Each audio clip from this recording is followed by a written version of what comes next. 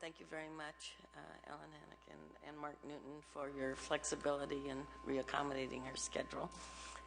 We ran out of time, as you know, in our last committee hearing, so I appreciate that. And this is an important topic of interest. And with me are also two members of the Senate committee who have some bills on this particular subject, and it's something as part of the water package we really didn't address. There were a lot of things in the water package. This was one of those that still needs to be finalized and resolved. So why don't we go ahead and start with Mark Newton, and just for the purpose of who's listening to this, Mark's with the LAO's office. Known him for many years. I know. How many years, Mark? I know it's been at least 11, right? Actually 17. 17. You see, I came in 2001. In his role, Mark manages staff of fiscal and policy analysts who collectively oversee the programs and budget of all the state resources, environmental protection, energy agencies, and provide nonpartisan advice to both houses of the legislature. He hails from Toronto, Canada, so totally objective analysis, right? An international flavor to it. I graduated from the University of Toronto, Master of Science degree in economics from the London School of Economics and Political Science, a Bachelor of Law degree from Queen's University, and then back to California. He had a Master's of Public Administration degree from USC. Impressive resume. So I want to thank you for attending, and I know you brought with you some other LAO staff members who perhaps will be assisting you in your presentation. So let's go ahead and begin, and thank you very much again, Mark, for juggling your schedule to accommodate. No problem. Thank you very much, Madam Chair and members. I'm joined today by two of my colleagues who had a big hand in our analysis on this issue. On my left is James Nachbauer, who is one of our office's economists, but also has a good technical expertise in resource economics and helped us on this assignment. And I'm joined to my right by Anton Favarini-Chorba, who is our office's current lead water policy analyst. We have a presentation that we have put together in a handout for members, and like to follow that, and the three of us collectively will be very happy to answer all questions and there'll be some questions of the members. So just to provide a little context for our presentation on page 1, we were asked previously by a member of the legislature to review options for funding state water-related investments that have a public purpose as an alternative to or a supplement to the use of the general fund or general fund-supported general obligation bonds. Our presentation today is a discussion of the findings from our analysis. And our presentation is in 4 parts, as noted here. We'll first talk about what exactly are the public purposes behind water-related investments. We'll look at some of the public funding demands in the water area, a brief discussion of other states' funding mechanisms for funding the public benefits of water investments, as well as a previous California proposal of the Schwarzenegger administration back in 2006 for a new water charge. And then we'll end with a discussion of the LAO preferred funding option should the legislature wish to proceed with creating a new funding mechanism in this area. I'd just like to clarify that we're not recommending to the legislature a particular financing plan. That's obviously an important policy call for the legislature, but we're providing what we consider to be the most feasible option should the legislature wish to pursue a new alternative funding source for this type of water investment. So turning to page 2 of the handout, what exactly are water-related investments with a public purpose or a broad public benefit that could be potentially funded by our funding options? There are sort of a number of public purposes that in the past have generally driven the investment of the state's public funds in the water area, and these are twofold. And one is providing services that otherwise wouldn't be provided privately. And an example of this would be when there is a market failure and the state enters the market to perhaps promote water conservation activities. In other areas, when the state provides subsidies to address ability to pay issues, the state has a long-standing set of programs to subsidize the cleanup of water pollution, the upgrade of water quality infrastructure at the local level. So as noted on the handout, we divided water-related activities that have a significant public purpose into 5 main categories. So hopefully this can frame the discussion that follows.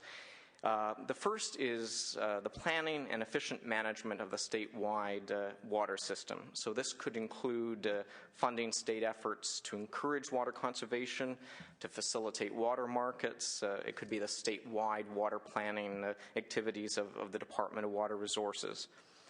Second is the public purpose of broadening access to necessary water services.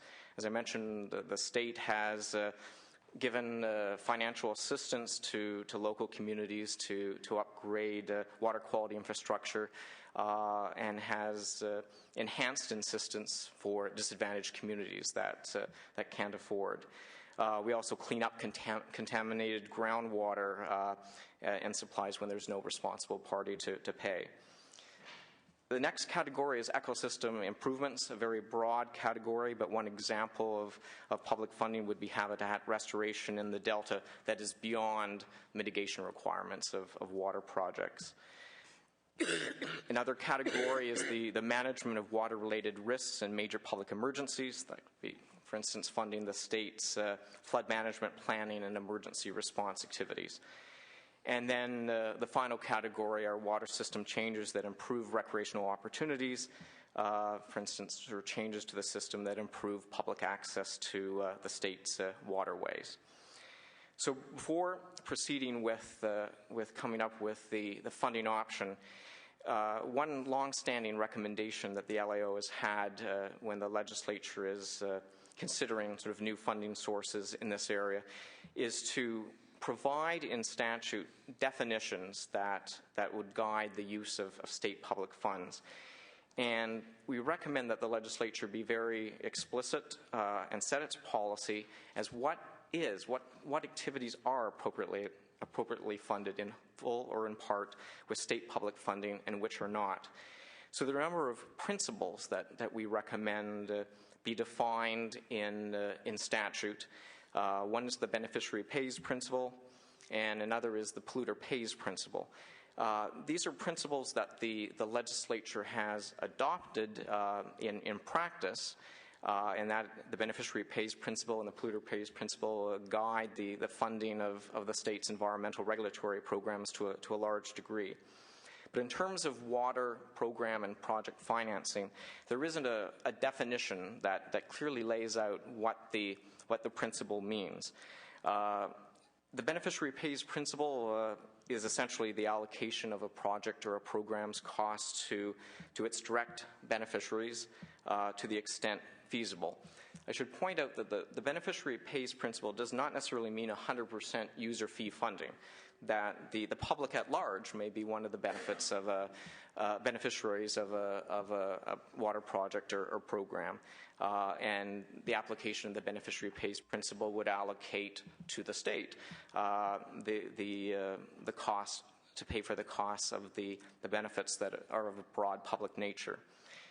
One of the best examples of the application of this principle in the state is the State Water Project. The State Water Project, while initially seed funded with general obligation bonds, over time it has been essentially 90% funded by water users, by the water contractors. 3% of the State Water Project costs have been funded by state funds, and that is what is called the Davis-Dulwig obligation, and those are fish and wildlife enhancement and recreational opportunities as a result of the water project. But basically it's been water user funded. The polluter pays principle is basically if a party imposes harm or stress on water, the public trust values of water, they should be made given the legal and fiscal responsibility to reduce or mitigate these negative impacts. Another definition that that the legislature would want to think about defining is what exactly is a private or non-state benefit. So this is essentially what a public benefit is not, and perhaps give specific examples of what is a private and non-state benefit that is ineligible for funding from a state public funding source. This is an approach that the water bond, the November 2012 water bond takes. So one example of a private non-state benefit that would potentially be ineligible for state funding would be legally required environmental mitigation for a water supply project. That's through the EIR process in defining what's required, or a court order, or where the legislature... On what mitigation is directly related to the impact. Yes, correct. Okay. Turning to page 3, just briefly looking at what are some of the public funding demands in the water area that could potentially receive funding from an alternative new funding source. The 5 broad categories that I just mentioned are currently taking place to some degree and are generally using money from the general fund or general obligation bonds. In the water area currently in California, there isn't a funding mechanism that parallels the public goods charge, which is currently assessed on energy ratepayers. The energy public goods charge, which is assessed, it's a surcharge on energy ratepayer bills, that pays for such broad public purpose activities as public interest research and development, energy efficiency, as well as subsidizing energy costs to low-income consumers.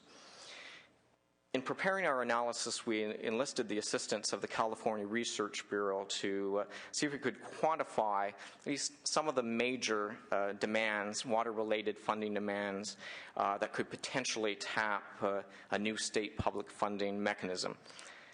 Some portion of the following program areas that are listed here could potentially be funded from state public funds. This is certainly not an exhaustive list, but it is provided to give an example of just the magnitude of some of the funding requirements in the water area.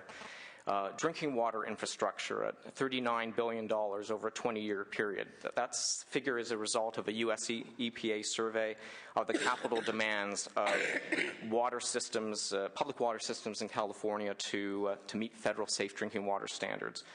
Wastewater infrastructure at close to $30 billion over a period of 20 years. Another U.S. EPA and state water board survey of capital needs. Flood infrastructure at $26 billion. That number comes from the Department of Water Resources Flood Safe Implementation Plan. Some of the big ticket items under that number are $12 billion to upgrade Central Valley urban levees to a 200-year level of protection, $4 billion to upgrade Delta levees. And then finally, Delta ecosystem restoration, the $3.6 billion number is the current number or midpoint number in the Bay Delta Conservation Plan for Bay Delta Conservation Plan implementation, with the exception of conveyance. So turning to page 4, and just a very brief look at what other states are doing in terms of funding mechanisms for the public side of water investments. I should note that in most other states, these broad-based revenue sources don't raise a lot of money. We're looking at probably a modest few $1 million a year for these assessments. But of course, these are many states are a lot smaller than California. But we found in our review that these other states use generally one of 3 types of funding mechanisms beyond sort of just general taxes. And the first category is general assessments that are not tied to water use. So this is simply dedicating some specific portion of, whether it's a general tax, maybe a severance charge or a sales tax, and dedicating some portion of those revenues to fund water-related projects and programs. The other category in some states is some sort of assessment directly tied to water use. And these include annual charges on water rights holders, some sort of volumetric use charge on water users, or perhaps a flat charge on water system users. And a handful of states used a property-related assessment that was indirectly tied to water use. For instance, an assessment on the amount of irrigated acreage or tied to some measure of property valuation. Just to let you know, some of you may be aware that the legislature did have a brief opportunity to review a previous California proposal for a broad-based water charge in 2006. This was the previous governor's strategic growth plan initiative, and the governor had proposed an enactment of what was called a water resources capacity charge that would be imposed on every retail provider in the state, and it would raise about $1 billion, $500 million of annual estimated revenues to be split 50-50 between the state and regional accounts. There were a number of issues with the governor's proposal. I'll just bring up a couple for your information. One issue with the governor's proposal was that a lot of the funding would be continuously appropriated, which is a loss of legislative oversight, and our offices pretty consistently recommended that funding sources be upon appropriation of the legislature. Another issue with the governor's proposal was that it involved a fixed rate, the fixed rate nature of the charge. It was a flat rate that did not vary according to the volume of water use. That raised some fairness issues, as well as missed an opportunity to perhaps promote water conservation and encourage certain behavior. Per connection, that's right. That's correct, regardless of the amount of water use. And also a final one, and this was an issue that we spent a lot of time in developing our funding option, is how to bring in the broadest base of water use in the state in an assessment. And the governor's proposal in 2006, by limiting the charge to water supplied by a water retailer, actually failed to catch a significant amount of water use in the state, and that is, for instance, groundwater, self-supplied groundwater use for agriculture, and which doesn't run through a retailer. So turning now to page 5 in the development of our preferred funding option, we had some basic criteria which we applied in developing the new funding source.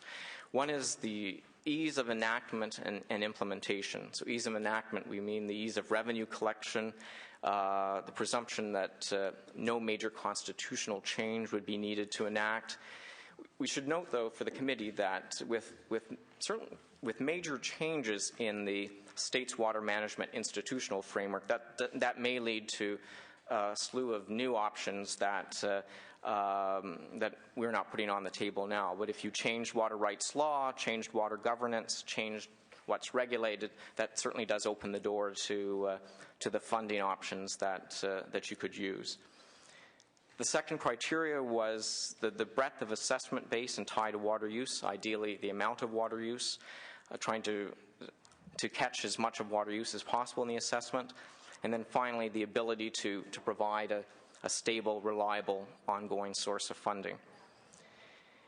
So in doing our analysis, the feasibility of funding options in California are very much impacted by two fundamental facts of water governance in California that are listed here. One is the lack of comprehensive data on statewide water use. And this results from the fact that a large amount of water use in the state is unregulated. For example, as you know, we do not have statewide groundwater use permitting in California. Yes, and we have recommended that the legislature over time sort of pursue moving in that direction. The second fact of California water governance is that there is such a diverse universe of state and local water agencies that all have varying jurisdictions and administrative capabilities.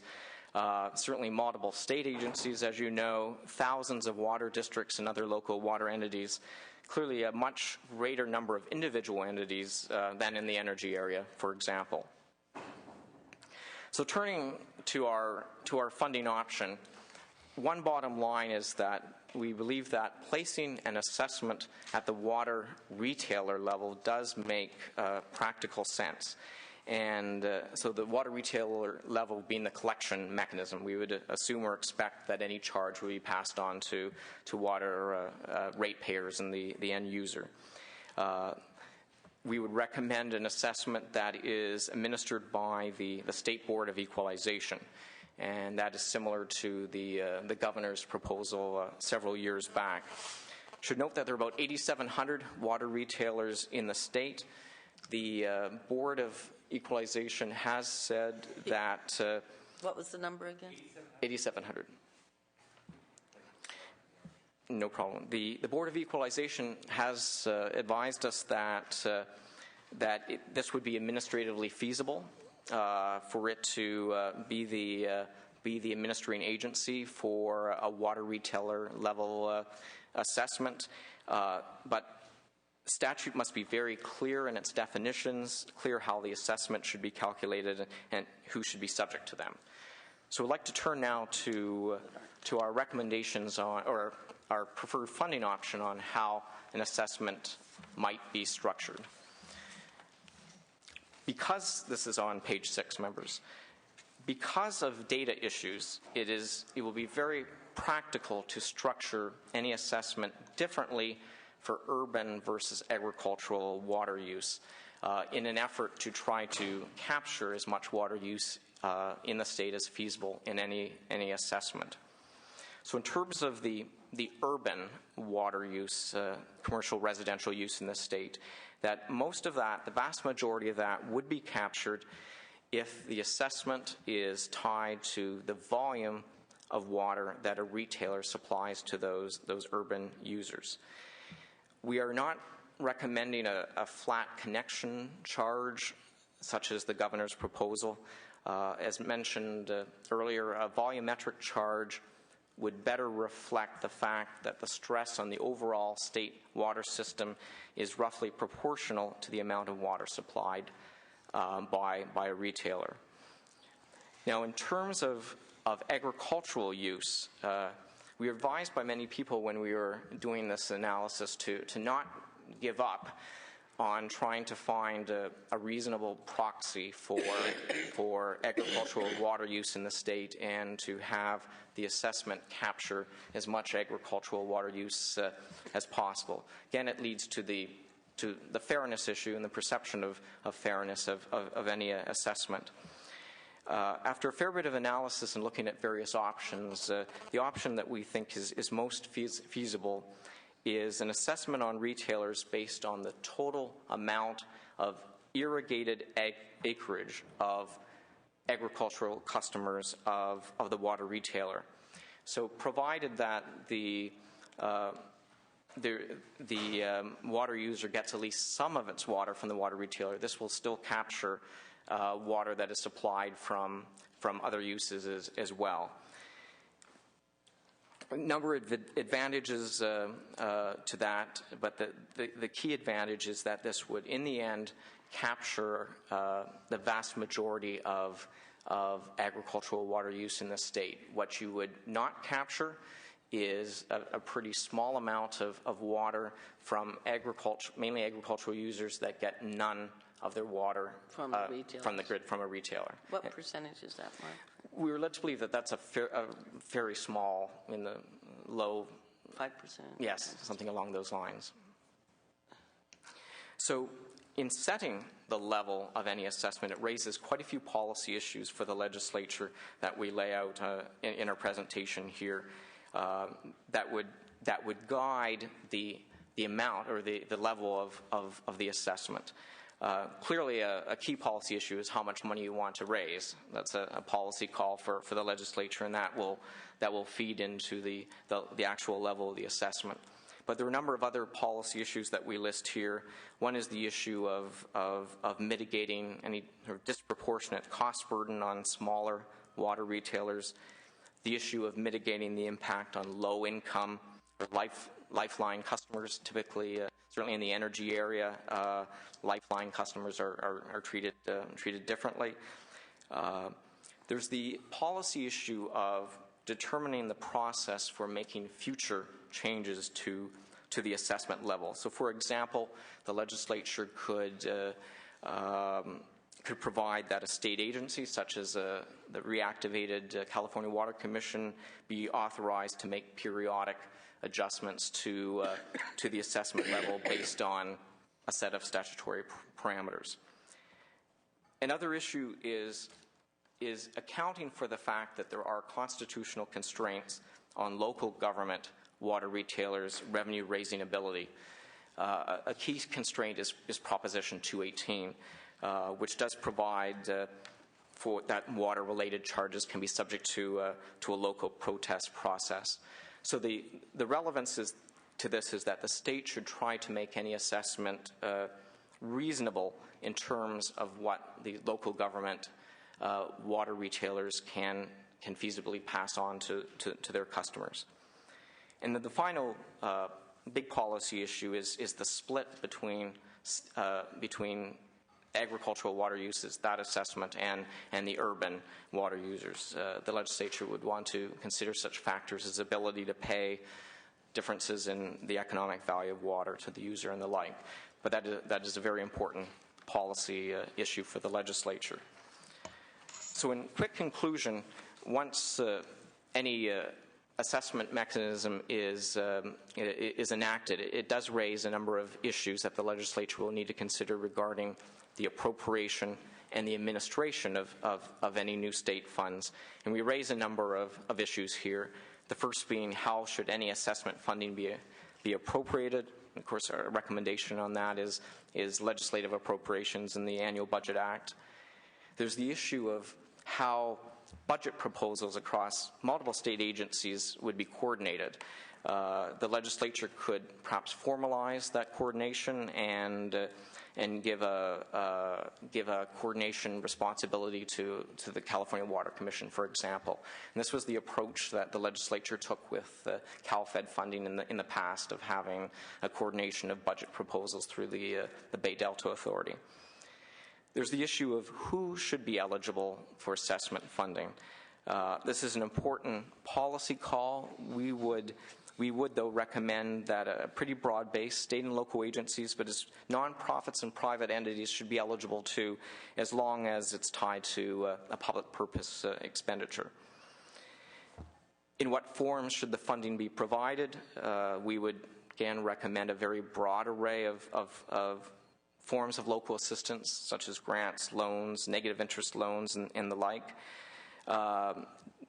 Diverse approaches to funding mechanisms could facilitate through the cost-effective use of assessment revenues. There's the issue of what process should state agencies follow in allocating the funding. We would recommend a competitive application process for the funds. And then finally, the issue of cost sharing, and the legislature would want to state its policy parameters for any cost sharing requirements. So in conclusion, we think that a public goods-like charge collected at the water retailer level is a feasible option that could be used along with the general fund and general fund-supported general obligation bonds to help pay for the public side of water-related investments. And in some respects, that's an alternative that is cheaper to general obligation bond financing, as it would provide pay-as-you-go funding and avoid the costs of debt servicing. Of course, it's a very fundamental policy choice for the legislature to decide what, if any, water-related activities should be funded from a new funding mechanism. So look forward to continuing discussion with the members on this issue. I have a feeling that this will be an ongoing discussion, and we'll start getting our arms around it this year. Obviously fraught with a lot of political opportunities as well as challenges to do that. When you were talking about public goods charge and beneficiary pays, how do you define what's in the state interest versus local or regional interests, and who is the beneficiary? That's a very good question. That's the and that is something that we recommend be defined in legislation. I should note that there was a prior attempt to do that in the CalFed context. Senator Machado had a bill several years back that would define the beneficiary pays principle and what is a public benefit and what is a private benefit for purposes of Delta-related water project and program funding. One starting point is to actually define what is not a public benefit, and that goes part way in the definition. So the legislature has, on occasion, been very explicit on what is not a public benefit, and it should not be the responsibility of public funding. One example of that is legislative pronouncements that environmental regulatory compliance costs are not eligible for public funding. So the Machado legislation would have laid out sort of what is a private benefit, and then the what is a public benefit is sort of could be everything else, subject to very sort of broad parameters or so. You don't want too prescriptive sort of a definition or so, but the starting point is sort of what is not, and then some very broad parameters for what is a public benefit. But it very much is a policy call. There's certainly no right or wrong answer, and I guess a state public benefit is whatever the legislature, from its policy perspective, deems to be a state public benefit. Without separating into whether it's more like an assessment district. Usually, nexus is proximity and direct benefit, whether it's to local, regional, or state. By state, you just mean a public yes. benefit in general, not specifically to a particular entity. In your opinion, because sometimes these discussions take multiple years to try to put our arms around it, what would you recommend are the first things that should be done? Is it a definition of beneficiary pays? What is, putting that in statute? I mean, where logistically in a timeline kind of sequence are the first things we should be grappling with? Certainly. I think stage one is having a sense for what you want to fund. You certainly can't enact so you should back a new into charge. Seeing what you want to fund. That's of statewide. So what are considered to be, that's right, sort of appropriate for a state funding contribution. Ecosystem restoration that is not directly required through mitigation, then could be one. What would be some others? And then certainly the flood management and statewide planning, or the planning activities of the state. The assisting local, disadvantaged communities upgrade their water quality infrastructure, particularly in the drinking water infrastructure. The needs are enormous to meet state and federal drinking water standards, and that is one where general fund and bonds have been used to date. A new funding mechanism could supplement or replace those bond funds. That's certainly a big area. There's legacy pollution with no responsible parties, but that is affecting the reliable from prior land use on a particular subject site. That could be appropriate for well, you can't fine the previous owner yes. and can't require them to clean up. Yes, and that's an example where, the hazardous waste area, the Superfund program, where the concept of orphan sites and where the state comes in with public funds to address a major pollution issue that affects the public at large. I am a little bit familiar with the public goods charge assessed by the PUC that goes on in ratepayer bills. As someone who pays those, it's an investor-owned utility. What is the difference in how it would work on the water level? And your suggestion was that Water Commission potentially could be the ones, or the Board of Equalization, to distribute and assess those charges. But is there a direct similarity, or how is that different on how the PUC is operating with the public goods charge? And what are the complications in translating that sort of same model into the water world? Certainly. Well, key difference is the governance issue and just how many institutions you're dealing with. So the public goods charge is levied by 5 people in San Francisco. There are only, but only a few number of investor-owned utilities, and then the publicly owned utilities, energy utilities, levy something similar or so. So the administering agencies are sort of a lot fewer. Now, a key difference between our funding mechanism and the energy public goods charge is just where the assessment is initially collected. So with the energy public goods charge, that's levied directly onto the ratepayers' bills.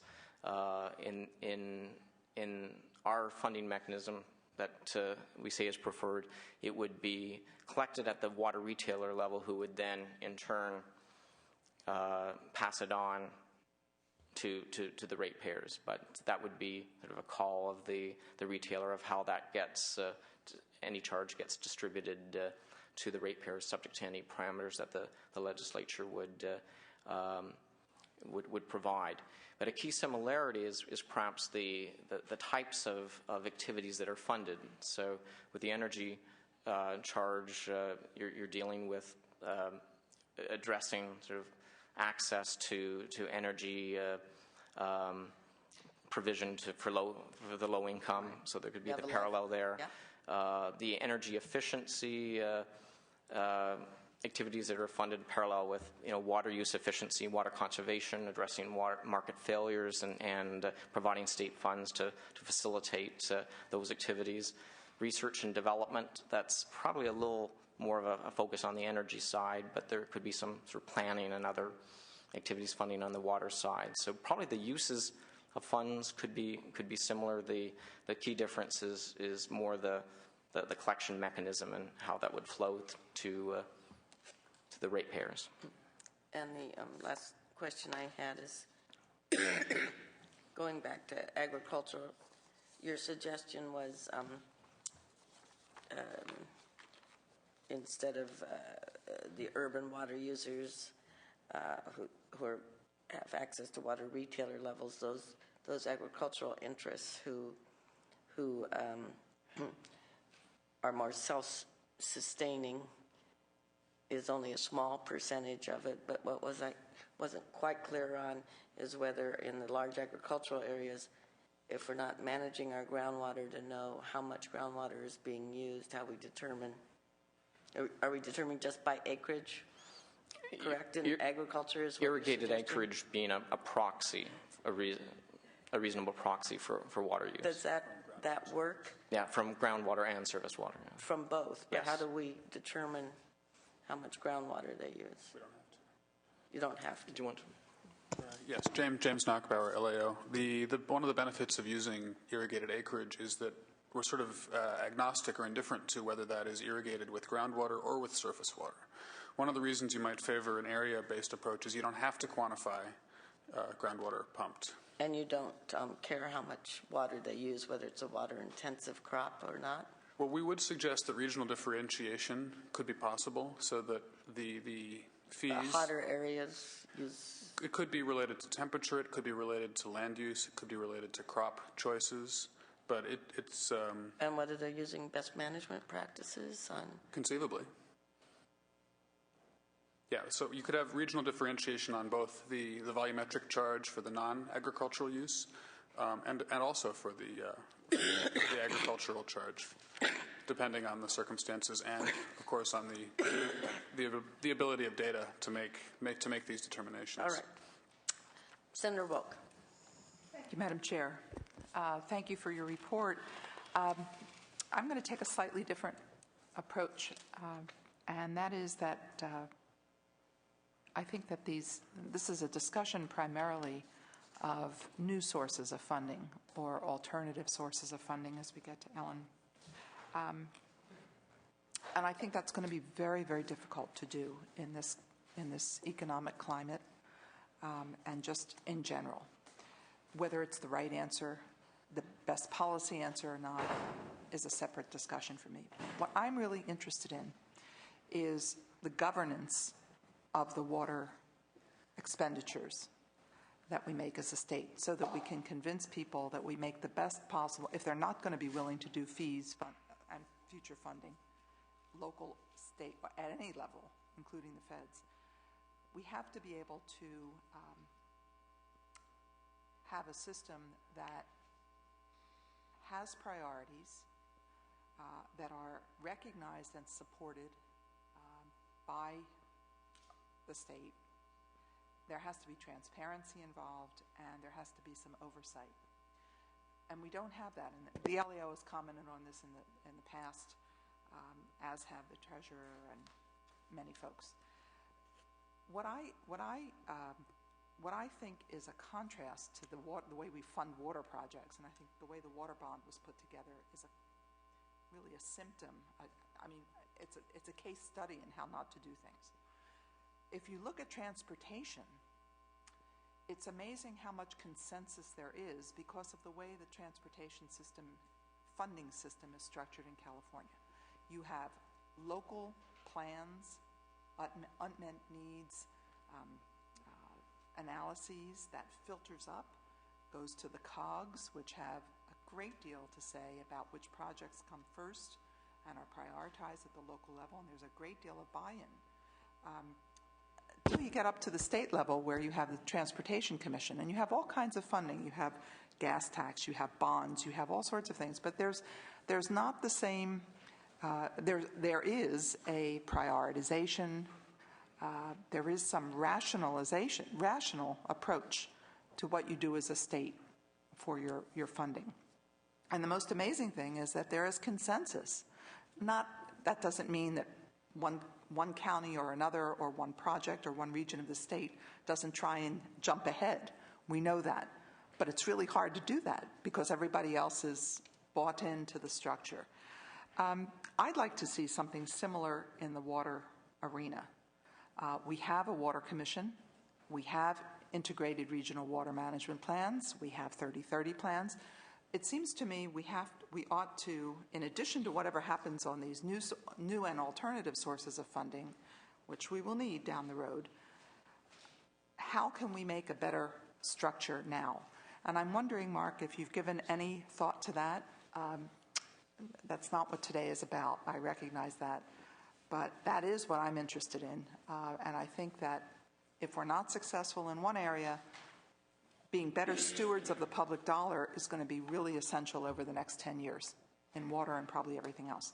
So if you have any thoughts, brief on that, I'd appreciate that. And we can talk more later about that as well. Certainly. Thank you, Ms. Wilkin. I might have my colleagues just add to my brief comments, but couldn't agree more with you on the point on the governance issue and the need to perhaps be more strategic and coordinated in our water investments in the state. There certainly are a multiplicity of agencies. I know Ms. Hannock is going to be speaking much more on sort of the institutional framework and the governance issues that, as noted in the presentation, I mean, short of changing the institutional structure, and there's which is definitely ripe for reform.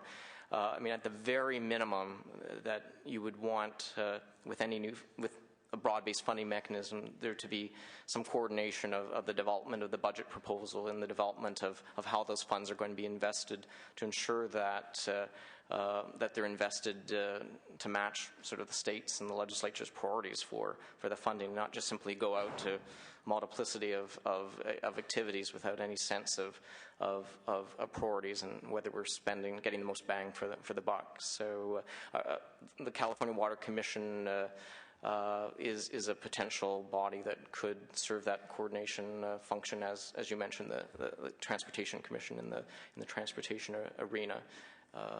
So it's for sure an issue that would need to be addressed along with any creation of a new funding source to ensure that the funds are being well spent. Couldn't agree more. See, one of the issues that I see, and you focused on, you talked about it, was the ag-urban issue. And that's been a major stumbling block and to some kind of fee-based system. If you have funds concentrated in some kind of system that makes sense, then agriculture gets a chance to put its priorities in the mix. And while it may not get, or it may be disadvantaged in their view in a fee-based approach, on the other hand, when it comes to fixing the levees, and there's a dedication of funding from bond funds or something else, then you sort of have trade-offs, as you would in transportation to an extent. So I think it's part and parcel of this financing discussion has to be an institutional discussion, so that we can, again, transparency, accountability, and prioritization. And I love the word strategic. I think that's good. Absolutely. And just to add to that, Ms. Wilk, I think it would be very important if the legislature goes in this direction to be very clear in their articulation of what is the benefit to the people that are, in the end, paying these assessments. And that has been a concern of past fee proposals in the past, wondering whatever is the nexus. And even if the nexus is just a very broad public benefit, that needs to be clearly articulated. What is the benefit to the public at large from the assessment? My colleagues, any? Senator Wilk, Anton Favarini Chorba with the Legislative Analyst's Office. You brought up the topic of integrated regional water management, and several of the recent water bonds have involved the regional water management groups as the entities to whom funds are dispensed. And there is potential for maybe an expanded role with this mechanism. The integrated regional water management framework is not perfect as it is, though, and so there are, the term "the big staple" has been used to describe some of the big staple that oftentimes these are just a collection of projects from various water agencies, and so perhaps before handing them a large chunk of money, it should be investigated how they could be strengthened or so they actually focus on water management as opposed to just collecting funds. I agree. I understand what you're saying, and I agree with that. I also think that they're the only place that you get any local projects. Whether they're prioritized or not or stapled together is another issue. Absolutely. But you got to start somewhere, and unmet needs in transportation is very much like that, and then it's filtered up. So anyway, thank you for the discussion. I appreciate it. And thank you, Madam Chair. It helps buy into the beneficiary pays concept very well, because that's I was trying to grapple with the term of state benefits.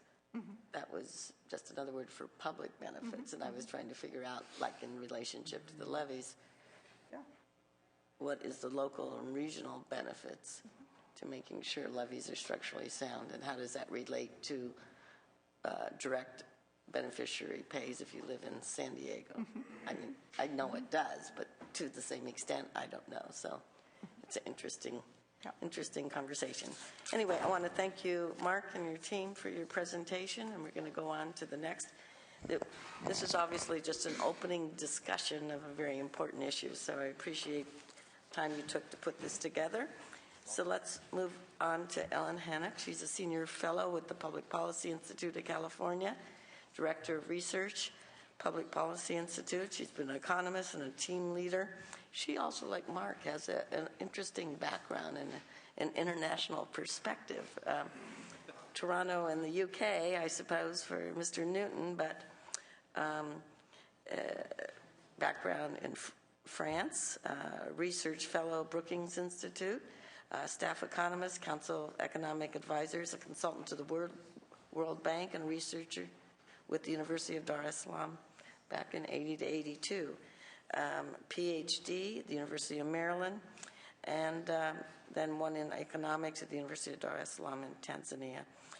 Her recent publication has caught a lot of our attention and interest, and we have the more thorough one, other than just the summary that I think you've gotten, and the members of my committee. The latest report is Managing California's Water from Conflict to Reconciliation.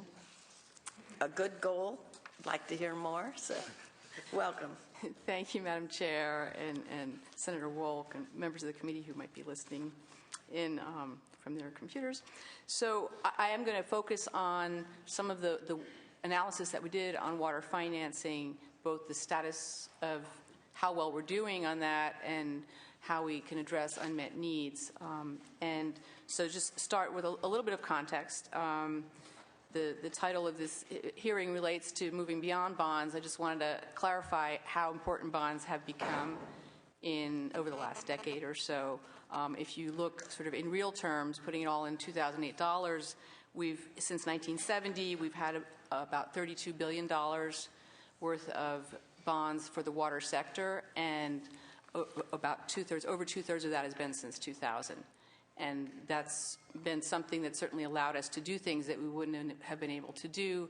But I think there are real questions about the sustainability of that model and whether we do have the right priorities for where the state should be putting what are ultimately taxpayer dollars from the general fund. Oh, we're concerned about debt service on bonds. Exactly. And I think another thing that we point out is that there are parts of the water sector where we have historically relied heavily on federal funding, and the stimulus provided a shot in the arm for California. Did very well at getting water money from the stimulus, but that's running out now too. So we have to think sort of differently about this, and I think we're probably a lot of the conversation, what you've heard from my colleagues at the LAO, there's a lot of similarity. We dovetail a lot on this.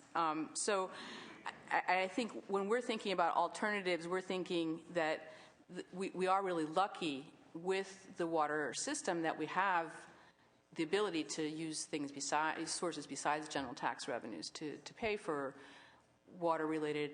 many water-related activities. And in fact, it can be very beneficial, just as in transportation, and the example was given there. In transportation, it's very beneficial to have user-based fees to fund the system because it provides the right incentives to people to use the way they use the system in the same way with water. So it simultaneously can raise funds to do things you need to do, as well as putting less pressure on the system.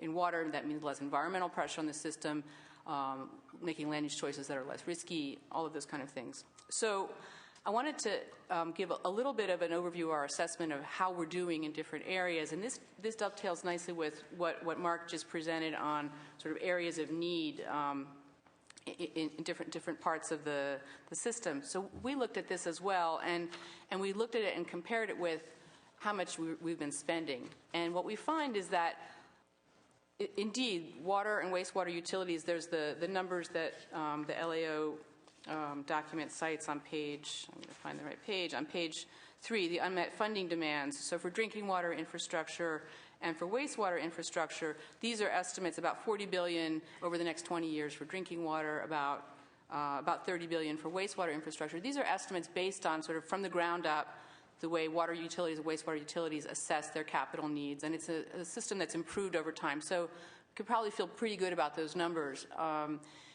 Compared to that, if you sort of divide that, by 20 to see roughly on average how much should we be spending every year on capital investments, California is actually doing pretty well.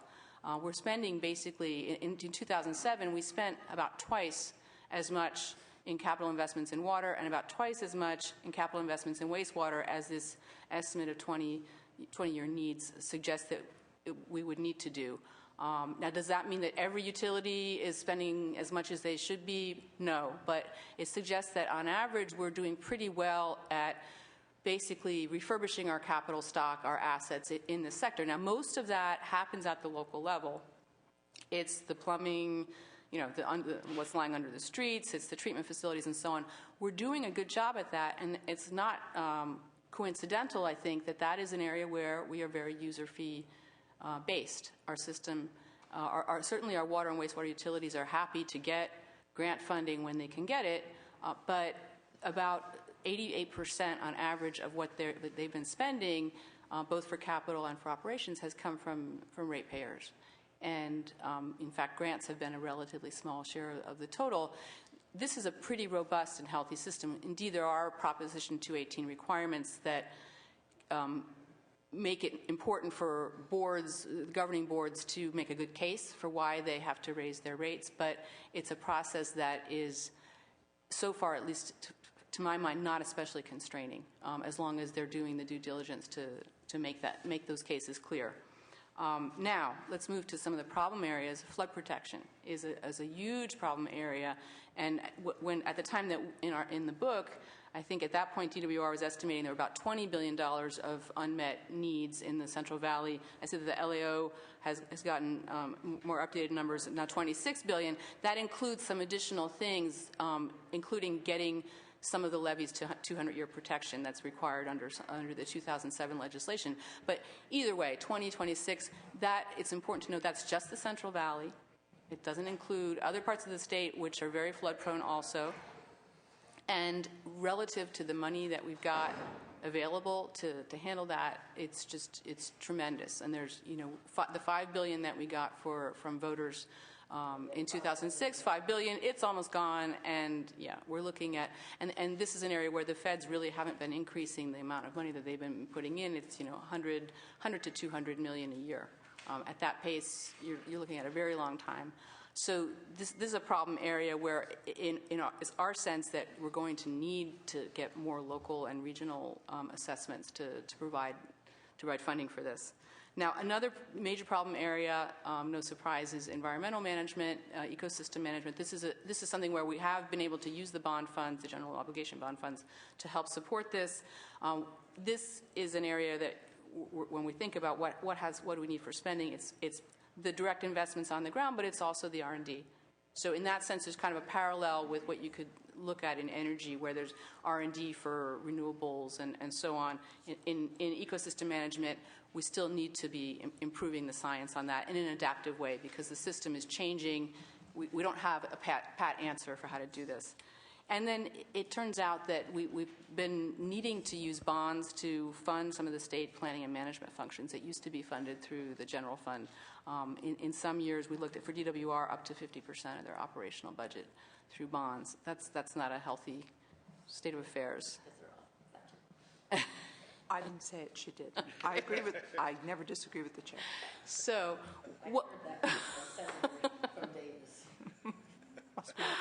what we're proposing, again, this dovetails with some of the policy guidance that the LAO just provided to you, is a system that's more heavily supported by users. And we look at this, we include both a public goods charge kind of assessment, similar in some ways to what the LAO is talking about, but then also some others. So I'll just kind of run through the things that we're thinking about. The public goods charge on water use, volumetric charge, or as close as you can get to it. So in that sense, very, very similar thinking to what Mark just presented to you. This is something that you want to be able to touch both groundwater and surface water. And so for ag, you need some sort of a proxy, maybe a straight acreage fee. Technology is improving enough that we could actually get to a consumptive use fee if we, but based on the crop. Now with satellite technology, we're probably not that many years away from that. So you could imagine initially starting with something simple and refining it so that people have incentives directly also to how they use the water efficiently in agriculture as well.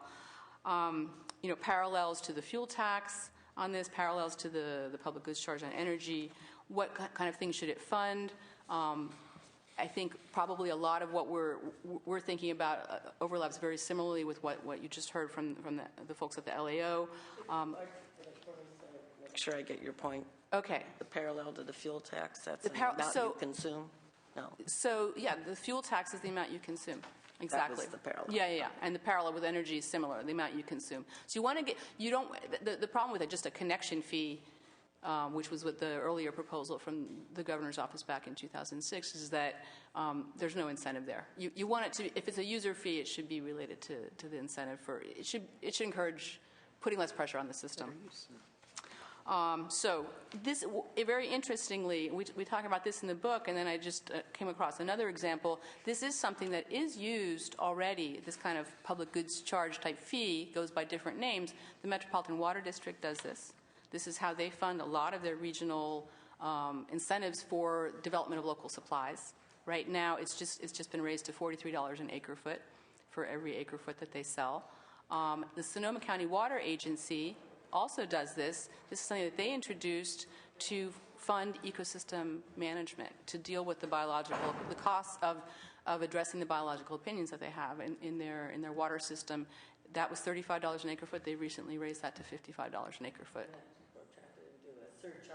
A surcharge on each Yes. On hookup. Well, so it's on each acre foot sold, so it's, again, volumetric. Now, it doesn't touch everything. It's for the water that they sell. So it's different from what we were talking about here, with reaching also parts of the system that are not directly paid for. But it's a prototype that's interesting in that it has kind of arisen from the ground up in response to regional needs. And I think that's an interesting thing to think about in terms of some of the discussion that you just had about where's the nexus and where do you want to locate the revenues and so on. Now, we also suggest, in addition to this public goods charge, which would fund ecosystem management, would fund R&D, it would fund some of the basic functions of state government planning and management, is also some special mitigation fees. And the idea here, we have some parallels too. We have fees on underground storage tanks, we have e-waste charges, lead paint. So these are sort of ways of addressing some of the broader costs associated with mitigation for these pollutants. That's something that we really haven't explored nearly to the extent that we could for water quality management in California, and also for addressing the negative impacts of dams. This turns out to be, in our analysis of the ecosystem crisis that we have for aquatic ecosystems, a huge part of it is the role of dams physically and the way diversions are managed, both in blocking upstream habitat, but also the management of habitat downstream. And so there's a need to be able to address that. A dam mitigation fee could go toward that. It could also go toward retiring the dams when they do reach the end of their economic life. Another area is water quality permit fees. Right now, those go toward funding administration. They could also, you could include a component to fund some of the mitigation from the remaining pollutants that are discharged. And then finally, for flood management, we're suggesting a specific fee rather than just folding that into a volumetric fee on water use. So rather than just have it be part of the public goods charge, thinking about regional and local risk-based flood management fees. And there are good models for that in the Sacramento area. SAFCA has basically built a fee that way. It depends on how much benefit you're getting from the investment is how much you pay. And that was done in response to Prop 218 requirements. And their interpretation of it was to be able to show the nexus. We should do it this way. And how did they use that money? What did they do with the money? So that's their local cost share for the flood management for the system. Okay. Now, the problem is that the local cost shares now, if you just look at the needs, are just too low relative to what they're going to have to be. And that's just sort of a change from the way the system has been set up historically, where we had 65% cost share from the feds. If we wait for that 65%, we're not going to be addressing our flood risk. So that's kind of a set of the kinds of fees. And in my statement, I don't mention this, but since Senator Wolk, since you raised the question of governance, I think it's probably worth highlighting another aspect of what we talk about in the report, where we think this dovetails well with the funding recommendations, is the idea that the integrated regional IWR, integrated comes first. The R, the IRWIMS. Yeah, IRWIMS. Thank you. That's a really good trend in California to be thinking about water management in that integrated way. We need to, Anton mentioned the idea of the big staple. I heard in a meeting the other day, somebody said when you take up the hood, it's some hamsters going around on wheels. So some of them are still very much in the developmental phase, and there is in some ways they need to be scaled up, and they need to be more integrated. So it shouldn't just be a collection of projects, and it shouldn't just be people who like to play well with each other already, and ignore the guy who's also over the same groundwater basin because they don't play as well together. There needs to be a way to scale up to the level where it makes sense for water management, and we're suggesting something very similar to the MPOs in transportation, but basically the large watershed. So, and our sort of straw proposal is to use the scale that we already have for the regional water quality control boards, have that be the scale at which you do some integrated planning for water supply, water quality, flood management, and habitat. And that there would be basically a consistency requirement very similar to what you have with the MPOs, where there's a requirement to meet regional air board standards. And it doesn't mean that the regional entity would be making all the decisions. It would be basically a cross-check on where do you need to coordinate to get better benefits across, between flood management and habitat and water supply, and where do you need to scale up to get the right benefits. And then basically all of the water entities and the land use entities would need to be consistent with that plan, similar in a way to what we require with the Coastal Zone Management Act or what we now require with the Delta Stewardship Council plan when the Delta plan is ultimately adopted. And that entity would then be able to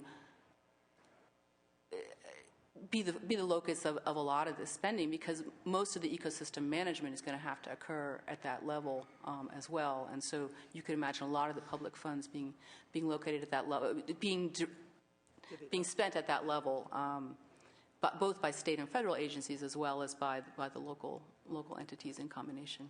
That was also the theory behind the Central Valley Flood Protection Plan, that would integrate land use as well as the water folks, and try and come up with a reasonable approach as well as standards. Are you suggesting that the fees could be accumulated through the regional watershed management plans and expended for those regional purposes? I think a lot of it is going to have to be spent at the regional level, and it's our sense that right now we're not doing a good job on the ecosystem side because we're much too piecemeal. And so we need to have broad watershed approaches to addressing ecosystem function. A lot. So, and that's where I'll say maybe Sonoma is a good prototype in at least thinking toward this approach, where the Sonoma County Water Agency has kind of taken it upon themselves, with other actors to try to address this problem. There's a very useful role for regulation in that too. So the fact that the state board is coming in and saying groundwater pumping for frost protection is causing a problem, you guys have to figure out how to deal in an integrated way with groundwater and surface water to manage this. That's leading to better information systems and an attempt to have an overall approach.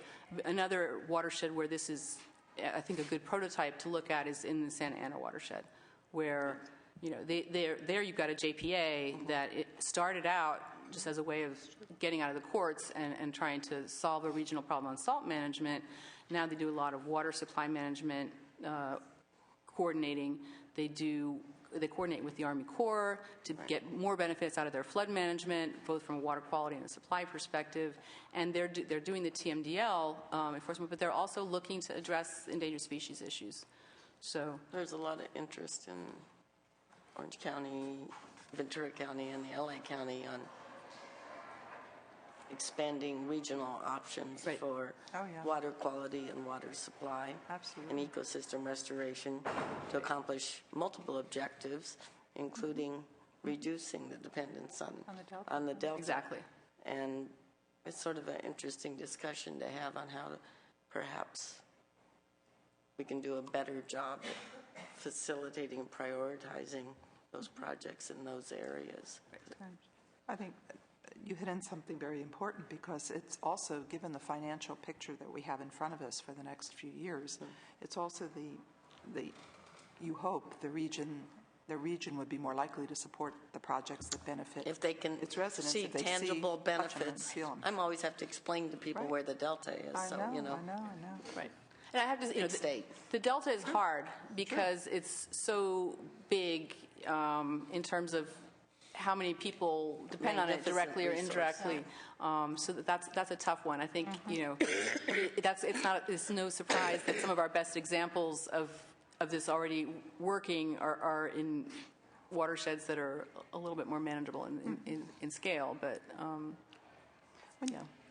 Yeah, and because our water, especially through stormwater episodes, especially relating to the past several storms, all ends up in the ocean, cities are increasingly concerned on meeting TMDL requirements on the Clean Water Act. So there's a lot of interest in looking at these kinds of options from an environmental perspective, but local government perspective, and better management of existing water and recapturing and reusing water. So there could be some exciting possibilities. I had a question, Ms. Hannock. It's topical, related to fees, and we know Prop 26 passed, requiring a 2/3 vote. I assume you've looked at fees under the polluter pays principle or whatever, under water quality or water supply. Do you have a working list of those that you think might fall in, not be subject to the 2/3 category? Not that they wouldn't be challenged. So I'm not the lawyer on the team, but you know. Well, that's good. I'm asking the right person. So the two lawyers on our team did look at this, though.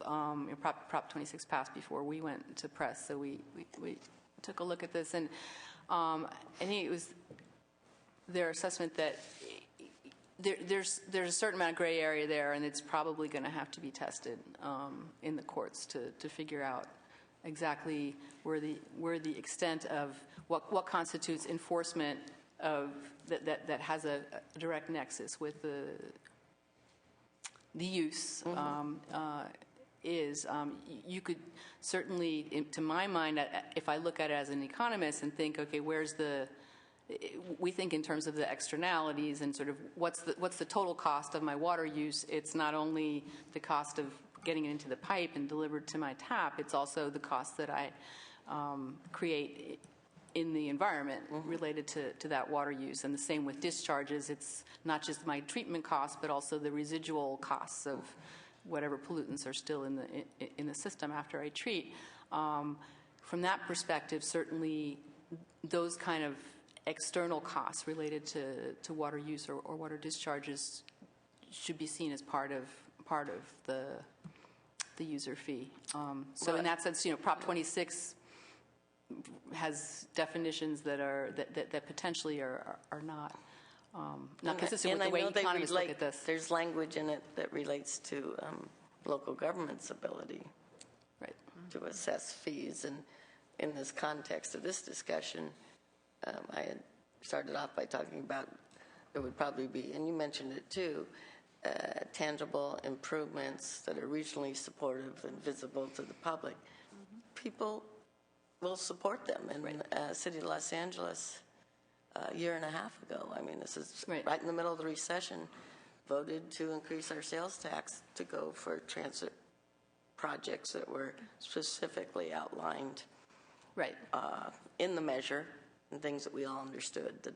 So there is support on projects moving forward, maybe fee-based or user pay-based or pay-as-you-go, an old conservative principle that we've gotten away from as we've developed. So I think the context legally on Prop 26, how it relates to the ability of local governments to assess fees as well as the state, is something that is going to be, I guess, subject to some legal review, and the only way to do that is probably talk about assessment of a fee and impose it, and courts will weigh in, I assume, unless you have another approach. I think it's probably going to have to be tested. I mean, one interesting thing, if you're looking at Prop 218, which increased voter requirements for flood assessments at the local level, certainly, it's harder anytime you have to get approval from the general public or from landowners, then if just the board, which is specialized in this, makes a decision based on what they determine that they need. But you've seen also ways in which agencies have made that work, and SAFCA is a good example of that, and I think West Sacramento was successful in that same way too. I think a lot of staff. Yeah. But it's interesting. I was thinking of West Sacramento with regard to flood protection. Clearly, it's surrounded by levees, and they've made a good job of educating everyone about how important it is to the survival of their community. But what I've been watching recently has been the wastewater treatment facility discussion, which in some surprising places has really seen a lot of pushback in the increases in the rates. So I think that, I don't know how far this will go. And then in the context of the Delta, watching the entire discussion about a peripheral canal, an increase in rates, and I mean, if this is going to be covered by those in Southern California, I mean, I just don't know that the economics are, and people's willingness to pay. I think there's going to be a limit as long as we're in this kind of very difficult regime, almost a depression. I just think it's going to affect all segments of public investment. Well, timing is everything, as we know. I do think, though, if we are at a point where we no longer have bonds available, I mean that's allowed us to do a lot without asking these questions. Yeah. And if we do run out of bonds, then I think water agencies are going to probably feel differently about this question, because they're going to need to be able to find some source of funds for some of these activities. Yeah. Any other questions? No, excellent. I want to thank you for your presentation, Mr. Newton. Thank you, and your team there. Appreciate it. I thought we'd spend, Senator Mock, if you have a few minutes, just to maybe open it up for just a few minutes of audience. If people have a specific question of either of them or a brief comment. Is there anyone here raising their hand that wish to ask a question or make a brief comment? Probably mostly staff members of people that are on the committee, I'm guessing, and others, and a few lobbyists. Then with that, I want to thank you again for attending. Everyone have a good afternoon. Very helpful, very informative.